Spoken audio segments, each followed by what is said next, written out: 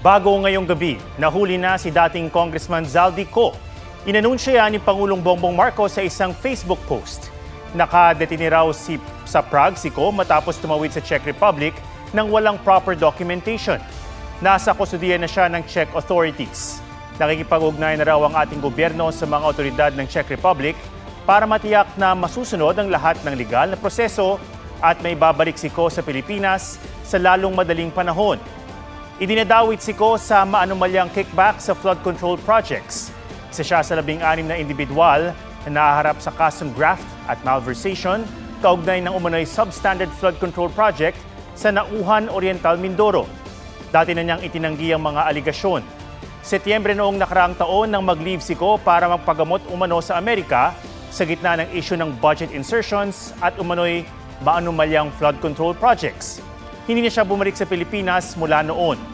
Nung buwan ding yun ay nagbitiw bilang mambabata si Co matapos magbigay ng ultimatum ang Kamara para siya'y umuwi. Kasunod nito ay napaulit ng namataan sa iba't ibang bansa si Co tulad ng Japan, Spain, Portugal at Sweden. Habang nagtatago, naglabas pa ng serye ng mga video si Co kung saan idinawit niya si Pangulong Marcos at House Speaker Martin Romualdez sa anomalya sa budget insertions. Disyembre ng nakaraang taon nang ikansela ang pasaporte ni Co. Pero ayon sa mga ulat, meron ding hawak na Portuguese passport si Co. Sa isang live stream ni Palace Press Secretary Yusek Claire Castro, ibinahagi rin niya ang anunsyo ng Pangulo na nahuli si Zaldy Co sa pagtawid ng Czech Republic dahil wala siyang proper documentation bunsod ng kanselado niyang passport.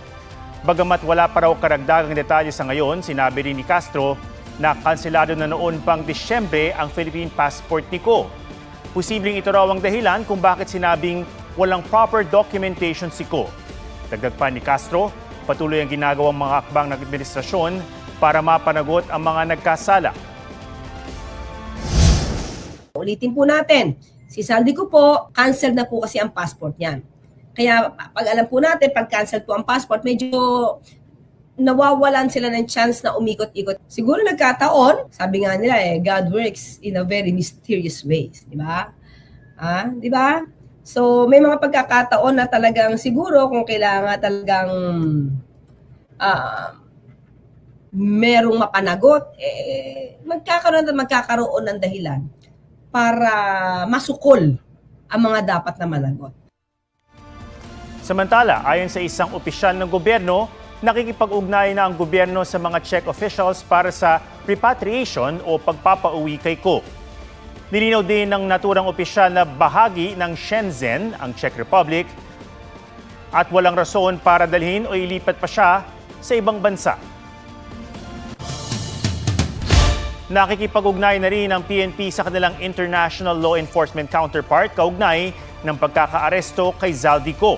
Ayon kay PNP Chief Jose Melancio Nartates Jr., handa silang magbigay ng suporta para matiyak ang legal na proseso sa pagpapauwi kay Co.